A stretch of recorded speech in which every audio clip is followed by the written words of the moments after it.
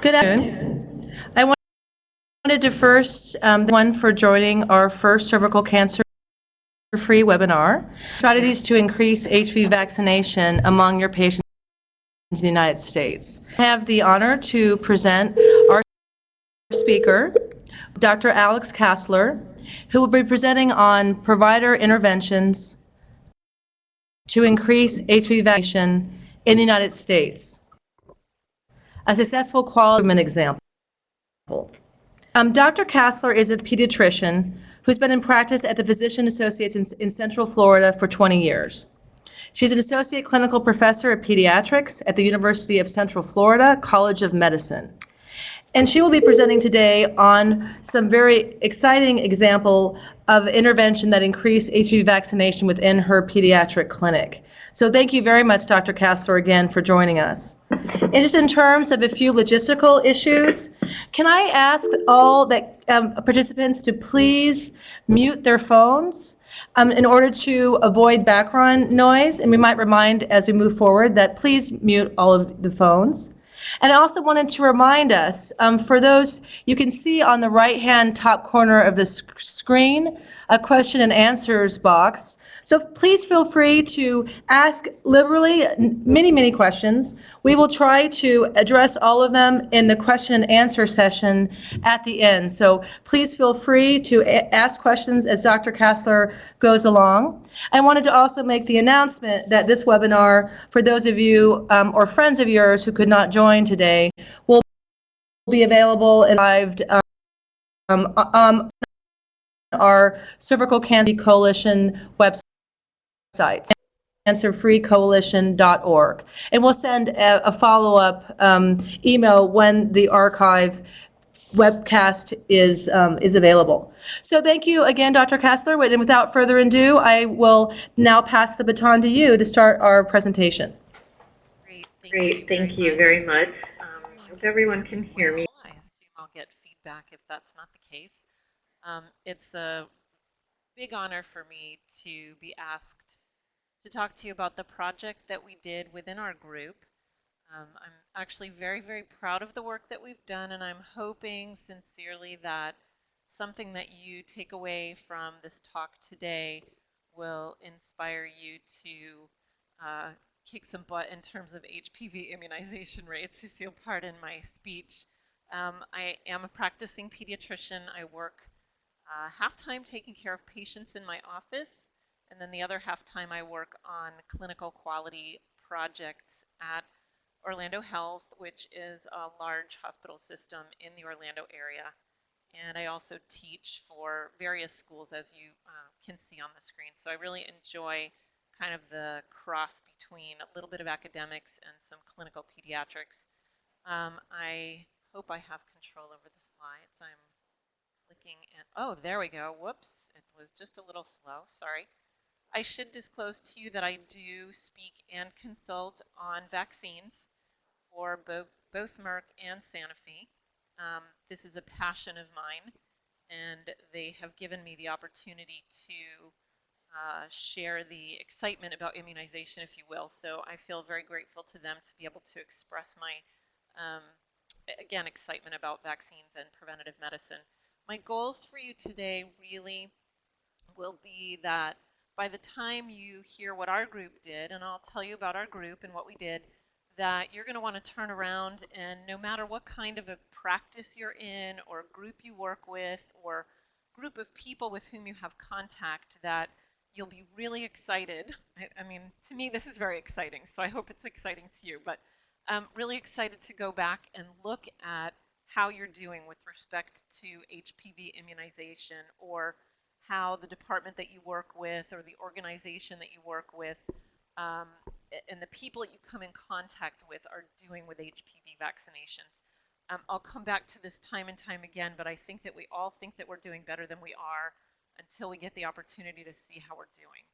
I also hope that you'll be motivated to implement change within your organization, and that something that I say today will leave you feeling knowledgeable enough to move in an effective direction in terms of establishing some sustainable process improvement in your organization. I should tell you a little bit about our practice. We are a large multi-specialty healthcare group. In fact, we are the largest multi-specialty healthcare group in Central Florida. We are comprised of over 100 physicians, 22 of whom are pediatricians, 2 pediatric nurse practitioners. We have about 80 staff working with us, spread throughout the Central Florida area in 11 offices. So we are not centralized. We are very diverse. We service a group of about 57,000 pediatric patients, with a little less than half of those being in the preteen and the preteen years. Over the last several years, we have gone through the process of certification as a level 3 patient-centered medical home through the NCQA, which has been quite a chore and quite a task, but we're very proud of that. And every office and all of our specialties are certified as such. But as a really, really large group, we represent varied populations throughout the city. We represent every demographic that you could come into contact with and every payer. We have practices that are essentially 100% Medicaid. We have practices that are exactly at the opposite end of the spectrum. And so the challenges that we each face on a day-to-day basis in our practice vary greatly. And our processes had to account for all of that. So hopefully whatever your practice style or the groups that you work with, you'll see something here that you can take away and apply. So the problem that we face, I think, is not rocket science, and it's familiar to all of you. But the reason that I bring this up and put this data up here is not because I don't think you don't know it, because I actually think that if you're logged into this webinar, you know this stuff. But the thing is, if we don't own this information on a day-to-day basis in our practice, I think we lose sight of why we have to emphasize HPV immunization. And if you haven't gathered yet, I am the immunization champion for our group. And you'll see, I'll mention later on, it's really key, I think, that for any project like this, there be a champion. Someone who owns the data, someone who's passionate about the data, and someone who continues to remind people about the data, because we have not done well as a country in terms of HPV immunization. Between 2011 and last year, yeah, rates increased initially, but once we said, oh, we should be immunizing, we kind of forgot that we needed to keep going. And so from 2012 through 14, national rates have hardly budged, where if we had done a really good job of at least immunizing with HPV when we had patients in the office who were already getting other shots, we could be at over 90% immunization rates for that vaccine. So if we went ahead and did that, and I think we need to own this, we would be preventing significant amounts of cancer. The data suggests that if we hit Healthy People 2020 goals of 80%, we will prevent about 53,000 cases of cervical cancer in the lifetime of that cohort of our patients who are now under 12 years. So the reason for being pushy and being excited is looking at our own patients and looking at the number of patients that we take care of, and looking at how many cancers we could be preventing in our own population. So I'll talk a little bit about our project by telling you that the first thing that we did, we've been involved in many different quality projects in our group. So my partners were not surprised when I came to them with another project and said, hey, I think that we need to work on our HPV rates. The CDC has spoken about this as being a problem, and we have a bigger problem than the CDC does. And this is the slide that I showed my partners in 2013, fall of 2013. Remember that the National Immunization Survey data is a year behind. So when you look at the purple row of National Immunization Survey data for HPV recipients, that is from 2012. And if you look just above that at the tan row, that's our data. So you can see that we were running half of national rates as a group. And again, at that time, our population in our age group that we were looking at compared comparing to the national immunization rates, which is age 13 through 17, was almost 16,000 patients. And even though the CDC was saying, you guys, the nation is not doing so well, we looked and said, well, we're not even coming close. The lavender rate at the bottom is actually our best provider and the immunization champion in the group. So it was clear to our group that the rates could be achieved. You could do well, but my partners were blown away. I mean, the biggest thing that they came away with was, wait a minute, we're great doctors. We think we're doing a great job. How could our rates be this poor? And something must be wrong. I would say that that was the beginning of an interest in quality improvement. So we sat and talked about different ways to improve quality. And any of you who have ever worked on any kind of a quality improvement project is probably familiar with the tried and true, validated PDSA cycle, plan, do, study, act, where you take a small, you identify a problem. This is what we want to fix. You say, okay, let's try this small increment of change and let's test it and see how it goes and see if it works. And we've used PDSAs within our organization, within the larger hospital system for years. But we looked at our HPV rates and said, we don't have time, we don't have resources to work that small. We need to do something bigger. We need to really, really make a mark because we've got this large population of kids who are going to grow up and graduate from our practices without a vaccine. If we don't change what we're doing and if we don't change it now. So we did what is now called in quality improvement circles strategic parallel processing, which we called shotgun approach. um, and we basically brainstormed all sorts of ideas as to what we could do and how we could do it and what we could try. And I'm going to share a number of the different things that we put into effect to see what would work. But we did have to kind of keep a few things in mind that really do fit the traditional QI methodology, which were we had to make sure that we kept what we were doing relatively simple because we already have a huge workload. We're doing the patient-centered medical home. We're on the EMR. But to ask anyone to do more work is really, really challenging. And this needed to be something that would work office to office and would maintain itself over the years. We didn't want to just be a flash in the pan and then have everybody kind of burn out and not follow through. So I want to give you a preview of our results before I start talking about our detailed approach because the reason that I was blessed enough to be invited to speak here is because we actually did something right.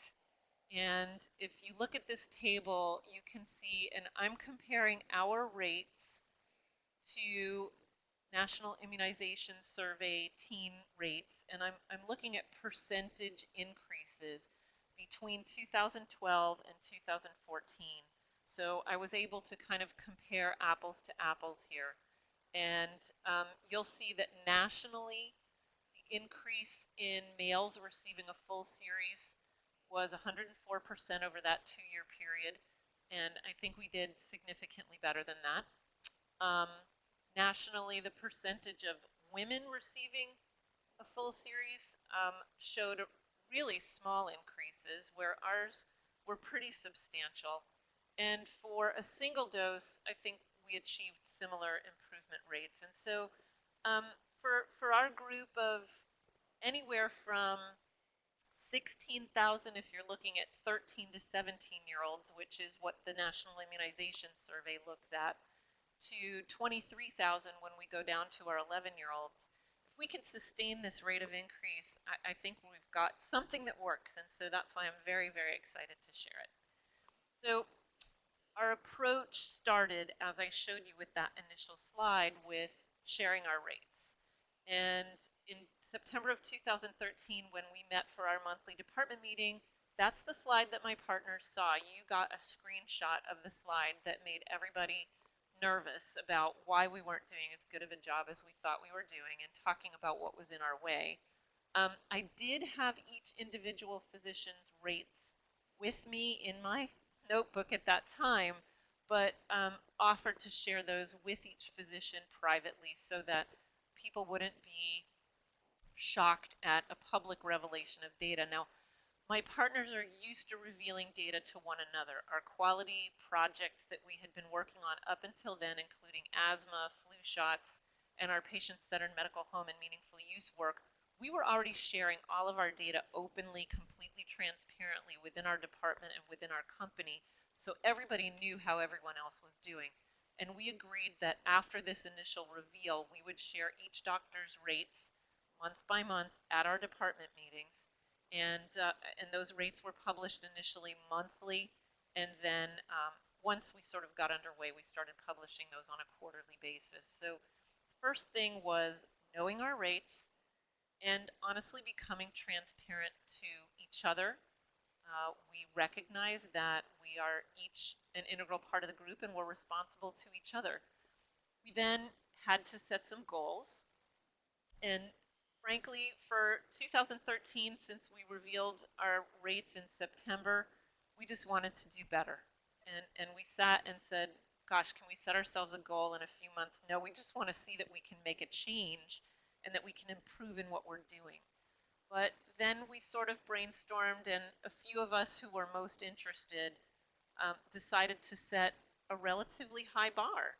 And I think that this was critical for our success, and I can talk more to what my partners thought in terms of critical parts of our project. But if you don't have a goal and you just sort of go into it saying our rates are not so great, then I think you may not shoot as high as you could. So we decided that we wanted to take national immunization survey rates for girls, which of course are much higher than those for boys.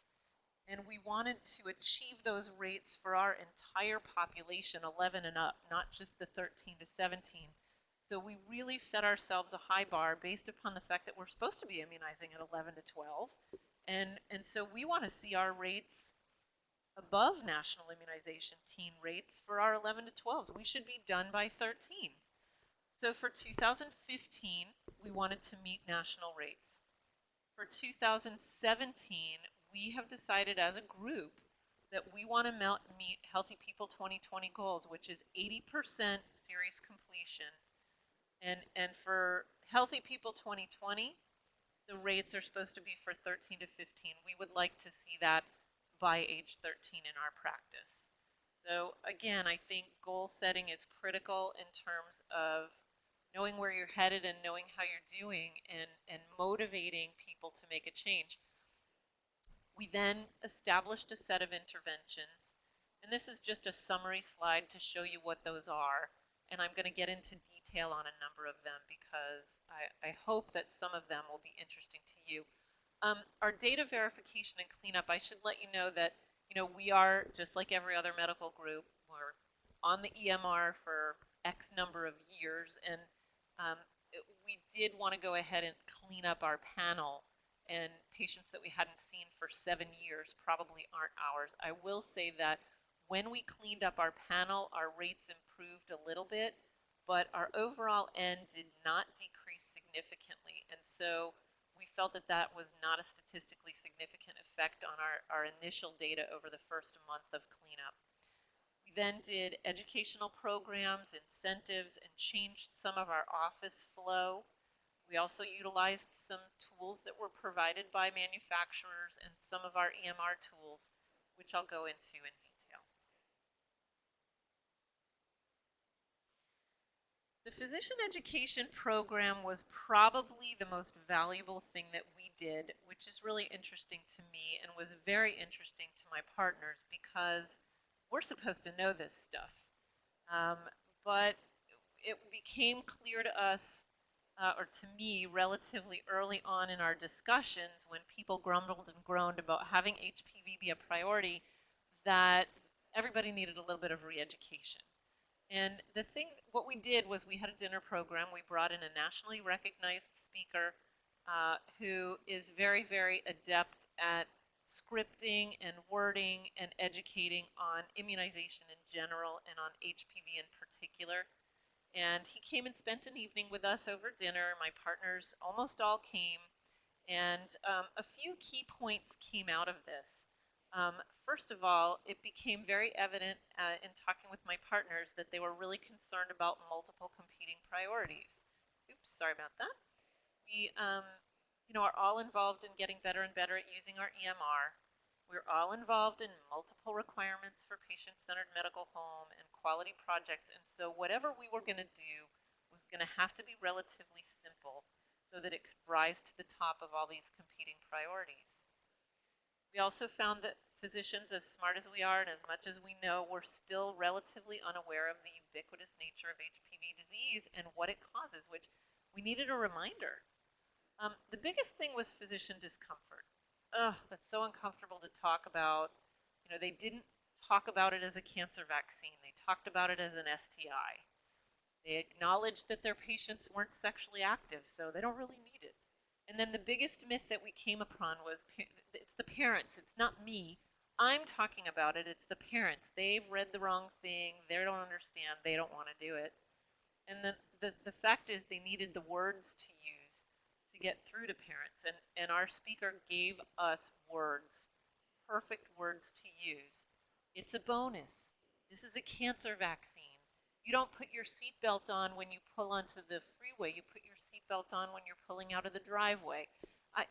We could go through scripting for half an hour, but better words to use. And then the big thing was the unawareness of the routine 11 to 12-year-old recommendation and the fact that if you actually recommend this vaccine at 11 to 12, it's easier because you don't have to talk about sex. You can talk about skin to skin and the fact that almost all of us have had HPV, that it usually clears, but unfortunately some people go on to develop cancer. We developed a physician incentive program, which was really interesting. It became part of our quality bonus structure, but to be honest with you, the biggest incentive was seeing each other's rates. Physicians are naturally competitive, and it worked great.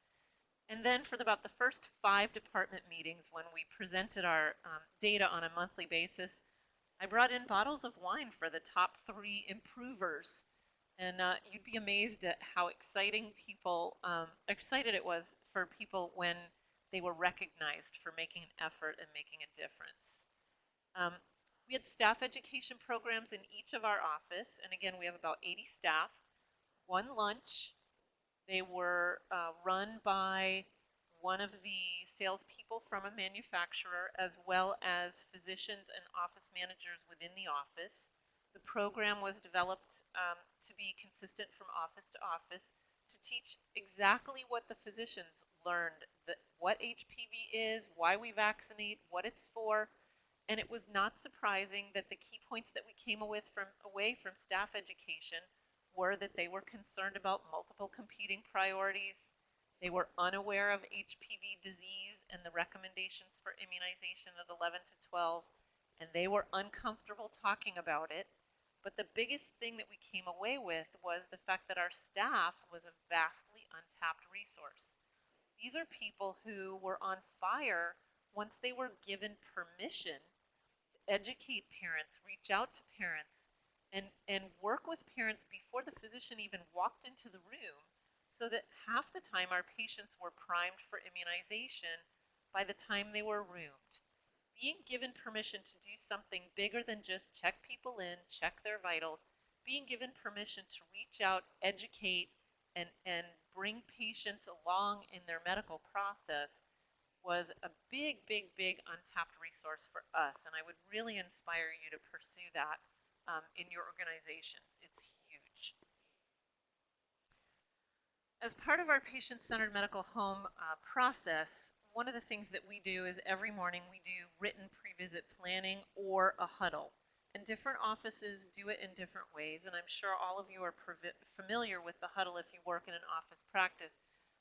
What we did was simply add, and this is an example of my daily pre-visit planning.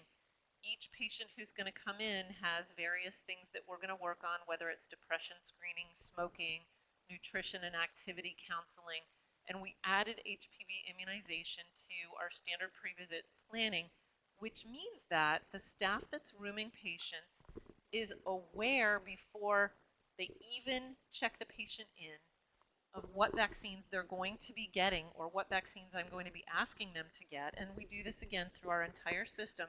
So my MA, when she rooms a patient, says, oh, by the way, you're going to be asked to do the following vaccines today. Here are the vaccine information sheets. Please read them over. Can I answer any questions for you? And many, many times, parents will say, oh, that one, I'm not comfortable with that. But our staff is now armed with, well, you know, it's a really important cancer vaccine. We really want to do that today. I've immunized my children. Dr. Kassler's children are immunized. They don't need to get into the data and the science, but the energy and the passion comes through. And many, many, many times, parents are ready to immunize with whatever vaccines are on the docket before I've even walked in the room. I did mention that we went electronic, and as many of you have experienced, going onto an EMR is not a piece of cake, but again, having a champion in the group who's willing to take a little time to build order sets makes things more convenient.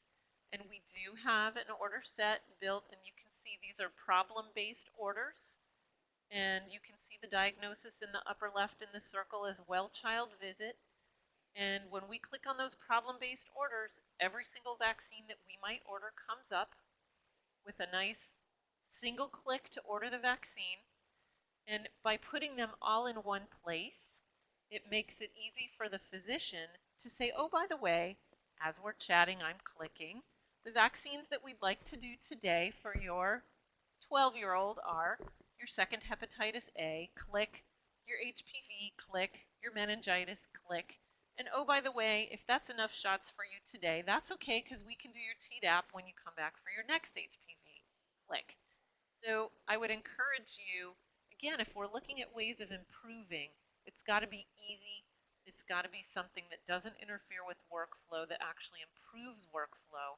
And if you're on an electronic record, that's the easiest thing to add into your order sets. When we order our first HPV, we always order the second and third. And this was one of the most highly rated interventions as well by my partners. I can't tell you how well this went over. And I'm going to actually jump ahead and then come back. But I was talking about electronic order sets. Again, in our well child visit order set, we had follow-up orders built in for the second and third dose. Come back for dose 2 in 2 months, come back for dose 3 in 6 months. So click, click, click, done. What that meant is that those electronic orders printed out on patients' clinical summaries at the end of their visit. So, reminder, come back in 2 months for your second dose. Reminder, come back in 6 months for your third dose. Those generated reminder phone calls because every single appointment that's scheduled generates a reminder phone call. And those appointments were scheduled before the patients left the office. This was a big change for us in terms of our flow because we had to keep our schedule open. You know, doctors, oh, I'm going on vacation next month. Cancel my schedule. You know, don't open my schedule. We committed as a group to keeping our schedules open 6 months in advance. That meant planning ahead, at least for our staff, and making sure that we were covered and that there was going to be a physician in the office so that we could schedule our vaccines all the way out. Again, what that did was printed out an appointment on the clinical summary. Generates a reminder phone call though for those appointments. If someone no-shows or cancels, we know. My secretary knows. If someone no-shows, hi, this is Lydia. Just calling because we missed you today for your HPV vaccine. Can we please reschedule that? Now, if a parent calls to cancel an appointment, Lydia says, I totally get it. Thanks so much for calling, but this is really important. Can I reschedule that for you? And if the parent says, well, I'm driving to track practice right now, that's okay, no problem. I'm going to give myself a message to call you next week. Can I call you Monday morning so we can reschedule this? This is something that allows us never to let doses slip through the cracks. So part of this is keeping the schedule open. Part of it is catching people before they leave to schedule those visits. And part of it is my secretary owns the fact that we're preventing cancer. So she never, and this is our entire practice, I'm saying my secretary, I mean all of our secretaries, never says, oh, you need to cancel that, no problem, call us when you want to reschedule, click. That doesn't happen in our practice. Oh, you need to reschedule? Fine, let's do that now, so that everybody owns the fact that we are preventing cancer.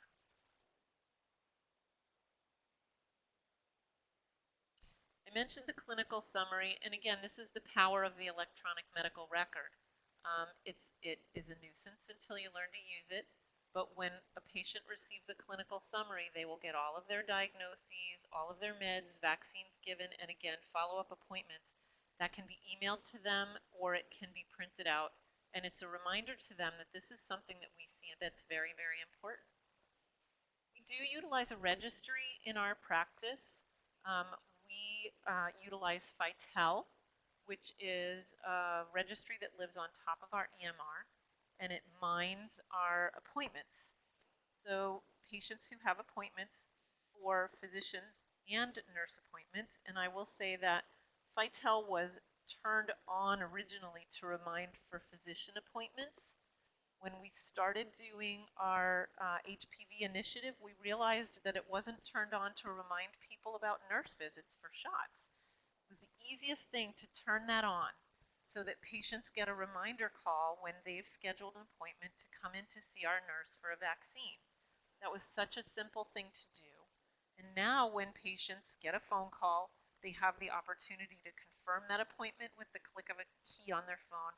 They have the opportunity to cancel or reschedule, but in the morning my secretary sees every appointment that's been canceled or rescheduled, and to her, a nurse appointment for an HPV shot is just as important as a well visit. So again, those get tracked and followed up so they don't slip through the cracks. And I think that our parents now realize that these are so important that we're paying attention to them. We're not nagging, but we're reminding them for a vaccine just as much as we remind them for a well visit. So they think it's important too, and they come. We did use some reminder tools that I want to point out to you, not because these particular ones are going to be exciting to you, but because it's worth looking at what your manufacturer has to offer you. Um, there are reminder cards. We didn't use those. There are text reminders, which some of our patients chose to use, and they could sign on with the QR code, I think it's called. Sorry, I'm old, so I'm not sure if that's the right name for that. And there are a number of studies out of Utah, New York, and other places showing that text reminders for teens for HPV vaccines work great. We liked the refrigerator magnets, and this is the old one. I actually couldn't find a picture of the new one online, but they light up when your next dose is due, and they light up when your final dose is due. It's sort of like being at a restaurant and having your table ready, and families really like these. They're a gimmick, but it reminds them of the fact that this is important. We'd rather not have you just skip the second dose or forget about it. We really, really want you to come in. So what kind of feedback did we get within our group? This has been an ongoing project. We've been at it now for 2 years. The highest rated interventions by far were the education programs. My partners and I all realized that we didn't know as much as we needed to know, and that we didn't have the strategies at hand to present the vaccine in a way that parents would receive it as well as they could. We really appreciated learning scripting. We really appreciated empowering our staff, and our staff appreciated being empowered. One of my next studies, which I'll mention later, is going to be looking at longevity, because we have found that as we've empowered our staff in all of our quality initiatives, from our secretaries to our MAs to our nurses to our office managers, that they enjoy their jobs more because they feel like they bring more to the table. Again, scheduling subsequent doses real time, I think, is a no-brainer. That across the board, all of my partners rated as the second most preferred intervention, secondary to our education programs. And then the manufacturer supplied tools really rated very highly, including also tear sheets, posters for the office, and the CDC has some fabulous educational one-sheets that are available that we use for our patients as well. Reveals that came from feedback from my partners and from staff, I have to tell you, data transparency was something that was initially very uncomfortable, but became a tremendous motivator. And within a very short period of time, my partners were very, very open with the fact that they liked the competition. Physicians are competitive, they liked it, and they really, really bought into the process. The bonus controversy was kind of interesting. Physicians, sadly, I would say, are motivated financially a little bit. And initially, our bonus proposal met with some resistance. If our HPV rates are that low and if parents are so unreceptive, how can we hook money to this? That's not fair. There actually is some data out there. Daniel Pink has a wonderful video on YouTube about money as a motivator that shows that the more cognitive an intervention or the more cognitive effort required, the less money as a motivator. Well, I'll tell you that at this point, I almost feel like it's not the money that matters to my partners, it's the tiers of our bonus structure. And everyone wants to be in the top tier because we're totally transparent to each other. And the little bit of money that's offered is nice. I almost feel like a bottle of wine might be just as nice.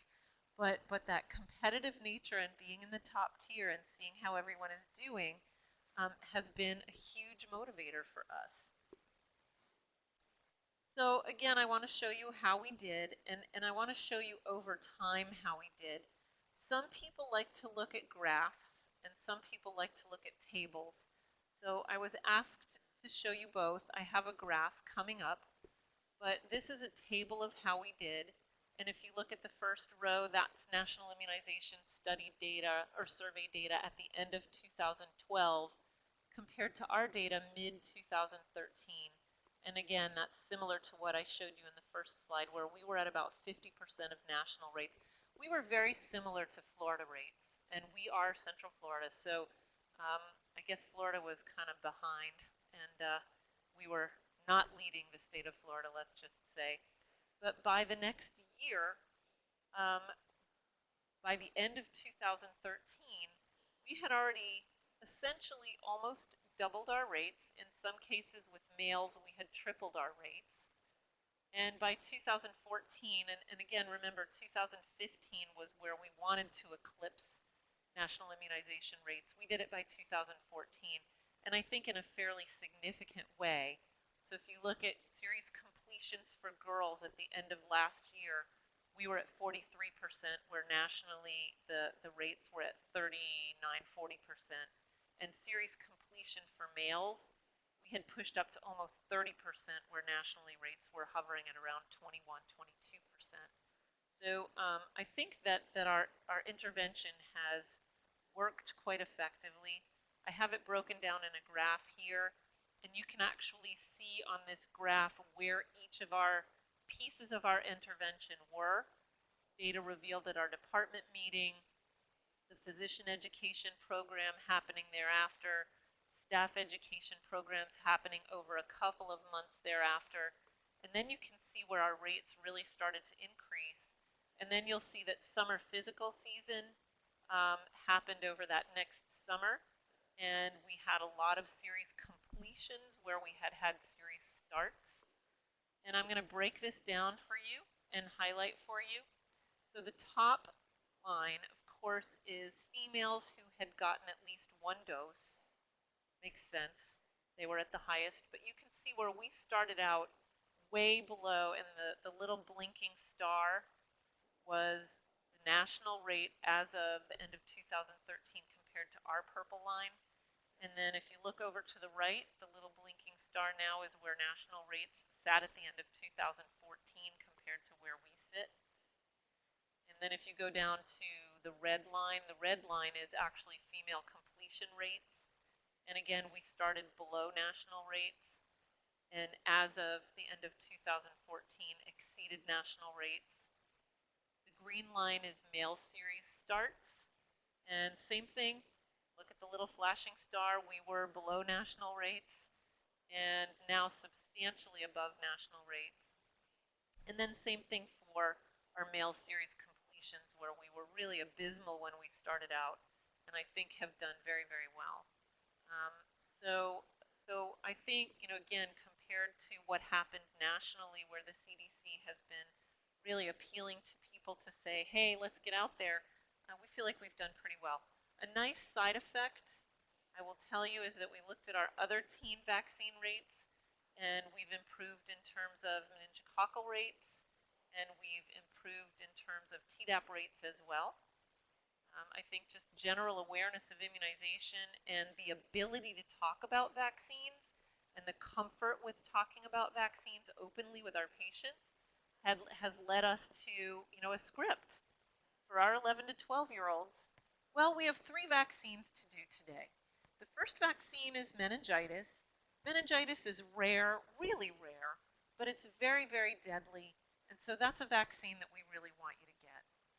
We really want you to start the HPV vaccine because by the end of that series, we'll be preventing a significant number of cancers. And we'd like you to do your Tdap because we'd rather have you not spreading whooping cough around the middle schools so that we can protect our babies. Do you have any questions about any of those vaccines? And then parents may ask their questions, but because we've presented them as all equal vaccines of equal priority, it sets the stage for parental acceptance. We do have some next steps in our project because, as you can see from our graph, we leveled out a little bit. I will tell you that over the last couple of months we picked up because we had our summer physical season and our data is looking even better. But we've already started our sustainability lectures so that we can review guidelines and goals with our staff. We can educate new staff who've just come on board and kind of revitalize the effort. We want to show people how well they've done. Our sustainability lectures actually include office-specific data so people can know where they started and how they've done, so people can feel really good about their efforts. And we also review with our staff now efficacy data from the package insert so that they can realize that if they're taking care of 3,000 or 5,000 patients within this age group, they're going to be preventing X number of cancers so that they can really personalize their cancer prevention and realize that getting into a little uncomfortable zone, asking people to do a vaccine, might save that particular child's life that they're talking to. Put together surveys so that we can identify best practices, our real high flying offices where physicians are already in the 80% vaccination rate, and we have 3 offices who are already there. What's being said, what's being done that's so excellent so we can carry that over to our other offices. And then we've already had physicians in the department requesting another lecture. We want a refresher. We want a refresher on the words that we use, on the approaches that we take to patients so that we can take our rates from 50, 60% up to that 80% goal. So I haven't talked about every single thing that we did, but I talked about the most highly rated things, and I'm coming to you now with sort of a takeaway to-do list.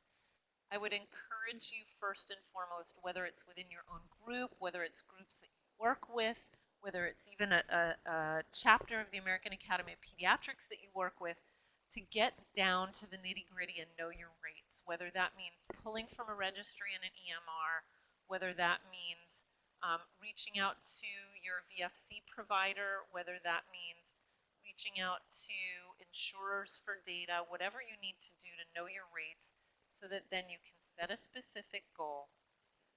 You need a champion. You need somebody who owns either immunization in general or HPV immunization in particular in your group. And I think you need one in your whole organization and at each office level. And that's one thing that we've been working on in our sustainability is developing a champion at each office. Physician and staff education is priceless. And anybody who wants information about how we built those programs, I'm more than happy to have you reach out to me. You can reach me through the Cervical Cancer Free Coalition.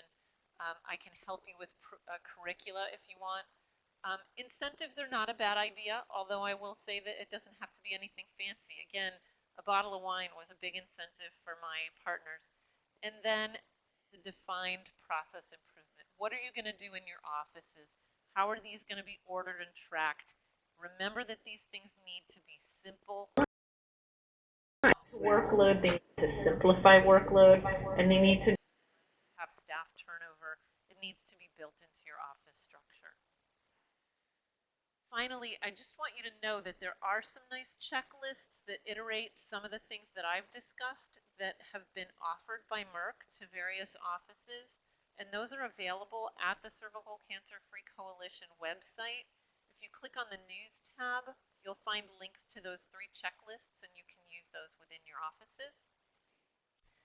And that's my summary of our talk, and that's my motivation, my 5 kids, and they're all immunized and have spent time promoting immunization in their own lives at college and high school. And I'd love to hear from you if you have questions. Great. Thank you so much, Dr. Kassler, for your very innovative and exciting presentation.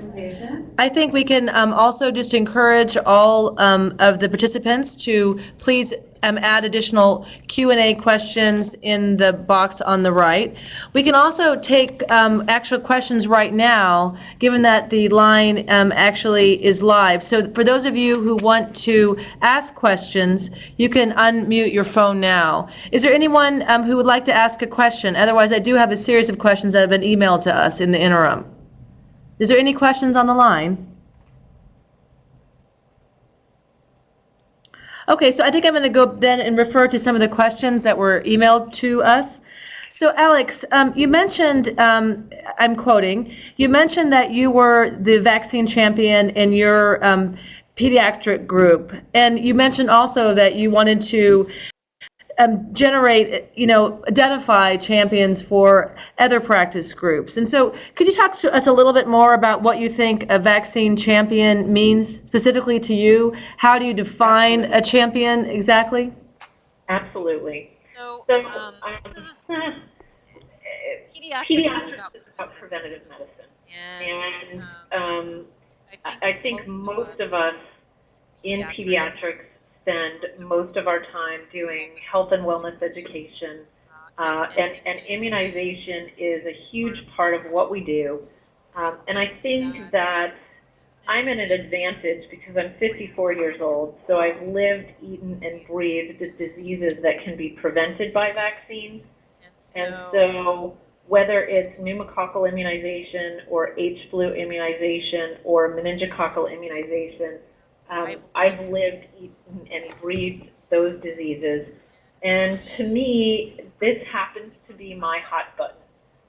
To some people, the hot button is diet and exercise. To some people, the hot button is behavioral. I think it's a matter of finding someone within your organization who owns the concept of immunization in general to become a vaccine champion. If that's somebody who isn't 54 years old and hasn't lived, eaten, breathed the old diseases, it might be somebody who's young, who's lived, eaten, and breathed someone with an abnormal PAP or someone with cervical cancer. And it, again, does not have to be a physician. It can be a nurse. It can be someone who's been there on the front lines personally, who can be armed with the information of what this vaccine can do to prevent disease and how safe this vaccine is, and therefore how much of a no-brainer it is that this is the kind of thing that we need to be encouraging our parents to do. So it needs to be someone who's willing and able to understand the science. It needs to be someone who's willing and able to push people out of their comfort zones a little bit. And I think the best way to do that is to give people credit. And again, this gets back to empowerment of staff. My nurse is one of the most incredible immunization champions I know. Now, she's mine, so we've got a heavyweight in our office. But we have a woman in our practice now who has taken on some of our vaccine tracking. She's a part-time office manager who got excited about our data. and said, wow, wait a minute, if you've given this many more HPV vaccines and you have this many more teenagers and preteens, wait, how many cancers are you preventing? What can I do to make a difference? So it takes people like that. She has now become our corporate vaccine champion and is championing Zostavax for seniors and is championing pneumococcal vaccine for seniors and for adults who warrant that vaccine. So again, I think it's empowerment. It's giving people credit for understanding. It's giving people credit for being able to communicate. And it's looking for those people who will step up to the plate, who would like to be empowered, who would like to make a difference. And I think if you give permission, whether it's a physician or whether it's multiple staff people, you will find those. We have one office, and I'm just going to be totally frank with you, we have one office where the physician doesn't care, couldn't care less. His immunization rates have increased faster than anybody else's in the entire company because his office manager is on fire about this, and his staff is excited to be able to do something to make a difference in the patient's lives, and he doesn't mind. He lets it happen. So again, I think it's empowerment. That's great. Are there any other questions on the line? Otherwise, we have another one here. Okay, one of the question came, and it relates to what you were just saying now about office staff.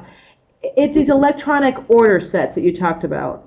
And so for a clinic to have electronic order sets, they certainly have to have electronic medical records. But just can you tell us a little bit about how difficult it is to set this up, how costly it is to set this up? And then before I finish the question, just to remind everyone on the call that if you would like to be directly invited to the next Cervical Cancer Free Coalition webinar, you can email us at ccfa@unc.edu.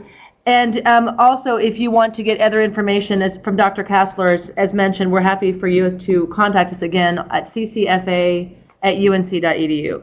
So Alex, about the electronic order sets. Absolutely, and thanks, Jen, to follow up on what you said too. I mean, this is a mission for me. This is a passion that I have, and so anyone who wants help with, oh, we'd like to try this, but we're not sure how to do it, I'm really happy to have you reach out to me through the organization, and I will help you any way that I can. So just so you know that as a resource. The order sets were very easy for us. We happen to use Allscripts TouchWorks, and I had a person from our IT department create the follow-up orders, and those are simply follow-up referral. They're under follow-up and referral on our tab. And once you order those items one time associated with health maintenance, they fall into a problem-based order set. So it was literally that easy to build that set. And then once it was built, I was able to actually have our IT people copy it for all of my partners into their order sets so that it would just show up as soon as they clicked on health maintenance and went to their problem-based orders. They were all available. So it took about 5 minutes of IT time, and it took about 5 minutes of my time to build those order sets. And then it was just a matter of each of my partners learning, it's the old dog new trick thing, to remember to click. So pretty simple. Okay. That's great. And then another question that's been raised is this issue of, as you talked about, your partners in your practice are open to the transparency of revealing data with each other. And I can imagine this is, in some other clinical settings, it may be a more sensitive issue if they're not as used to that. So for group practices that may be less accustomed to sharing, or as you say, this competition, generation, do you have any suggestions to offer of how you can buy them into the process? And is this related to some of the consensus you built in goal setting, or what is your advice here? So I'm actually really glad you asked that, because I should have said something earlier. So part of why my partners have been very comfortable with becoming transparent, and it wasn't easy at first. It really was not, especially for the people who weren't doing so well. But the fact is that we are going to be transparent sooner than later anyway. And our group has, again, worked hard towards patient-centered medical home and meaningful use and PQRS and WXYZ and you name it. I mean, all of these things are going to be public on the internet within the next couple of years. HEDIS is another one.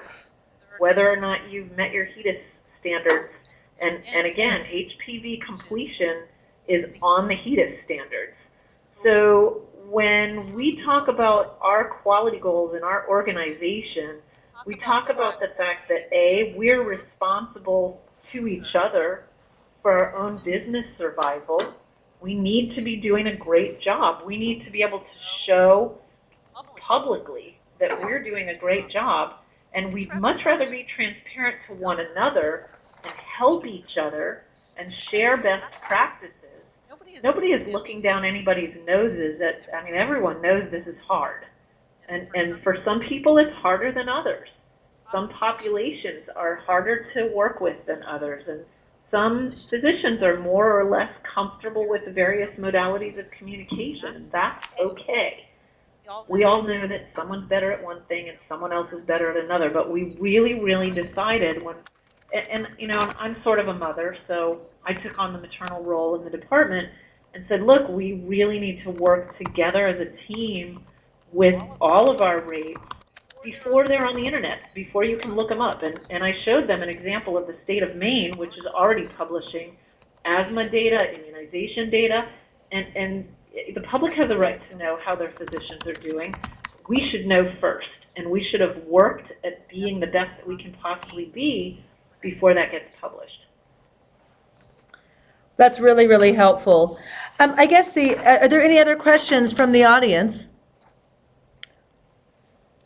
Okay, I guess the other question that was raised was you actually said verbally your script, which I thought was really brilliant, because you had the digital cockle, then you had the HPV, then you had the Tdap. So is it that order that you planned, in that order, so HPV kind of just slips in the middle, or? Absolutely. Okay, and yeah, and would you be willing maybe to share at some point that script with others? Because I think we've always are debating with how do we make the message, as of course adolescent platform, but have you tried different messages and you ended up with that one, things that didn't work? Oh gosh, absolutely. And you know what? All of us, the physician lecture was really, really revealing, okay? So all of us used to, okay, well, you need your Tdap for school, and then we'd really like you to do the meningitis at 11 and another dose at 16, because although that's rare, it's really very deadly. And then, oh, by the way, you could do the HPV. That's a sexually transmitted infection. We know your child isn't sexually active now, but they're probably going to become sexually active later. So everybody used to put it last and then talk about it till we were blue in the face, like we were trying to convince somebody. And so the message is, it's not as important, and we're not very comfortable with it, and we need to be defensive. And I think that's because we hadn't gotten our heads around it yet, that this is just another vaccine. And in fact, it's probably the best vaccine that we have to offer. And so we can't present it like an apology. And so now we do the psychological thing that says we're going to sandwich it. We'll preface it with okay, this vaccine, you know what, it's really, really rare, but the death rate is so potentially high that if your child is the one in a couple of thousand that gets meningococcal disease because I didn't make you do it today, I'll never be able to live with myself. So this one you can't walk out with today. My second choice, if you're going to let me do 2 vaccines, which anybody can do 2 vaccines, a 1-year-old does 3 or 4, is the HPV, because that's going to prevent cancer, and I want that finished before your child turns 13. And then you have to have that whoop and cough vaccine for school. I'd love you to do it today if you're tough and you want to just front load and get 3 done. But if you really want to spread them out a little, I'm fine with that. Let's do that the next time you come in for your second HPV. I'm giving equal weight to all 3 vaccines. I'm prioritizing based upon immediacy of potential danger. And I'm leaving families out if they don't want to front load all their vaccines. And this is the tack that all of us have taken in our group. Those of us who have the quote-unquote best practices, the highest rates, have gotten it a little bit more slick than others, but we're all working on that presentation. Great, thank you so much. I guess that there's one question also from the audience was, when you were doing the physician and staff education, did you bring in an external speaker, or did you count on educating from someone like yourself, an internal champion? So the physician lecture came from my colleague. Is it okay for me to advertise his name on the webinar, Jen? Yeah, sure. Okay. So a lot of you may know Michael Brown. He's a pediatrician who's on faculty over at All Children's in St. Pete, and he teaches for the family medicine residency program at Tampa General, I believe. He and I know each other because we both speak for various manufacturers, and Michael's a very compelling speaker. And to be honest with you, I knew that my group might not receive the message as well from me as they would receive it from someone who wasn't their colleague trying to tell them how to do things. So we brought Michael over. He did the dinner talk. He's a very compelling speaker. He is so smooth with his words and his parental communication. His immunization rates are through the roof, and he's very comfortable with presenting HPV vaccine as the best shot on the market. And, it's his line, well, you don't put your seatbelt on when you're getting onto the freeway. You put your seatbelt on when you're getting, into the car, and you put your bike helmet on before you start pedaling. And that's why we immunize against everything. We don't think you're going to get meningitis tomorrow either. And he's just such a great speaker. The staff programs, on the other hand, were scripted pretty much by me. I kind of decided what I wanted our staff to know, and it wasn't rocket science. We wanted them to know about HPV disease.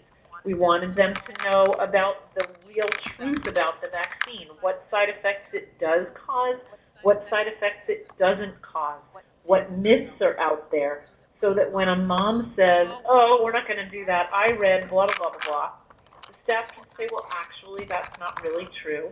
What it can cause is this. We'd really like you to talk to the physician. And then we shared with them some of the efficacy data. You guys take care of this many thousand teenage patients in your office. This is how many kids' lives you could save if you immunize. That was internal. That was presented by one of our sales reps from the manufacturer who offered to do lunches, and supported by the office managers and the physicians within the offices, so that the conversation got going amongst the staff. Nothing fancy, just including them in the facts and the discussion instead of leaving them at the sidelines to just draw up the shot and give it. Well, great. Thank you again, Alex, for joining us today, and for all of the participants who are still on the line. Thank you for all of your participation and your questions. Please reach out and be in touch to us at Cervical Cancer Free Coalition, ccfa@unc.edu. We'd be happy to do follow-up to this webinar and invite you to the upcoming webinar that we'll have in the very near future. And please stay tuned for that, and let's go out and compete to try to increase our rates. Thanks again, Alex.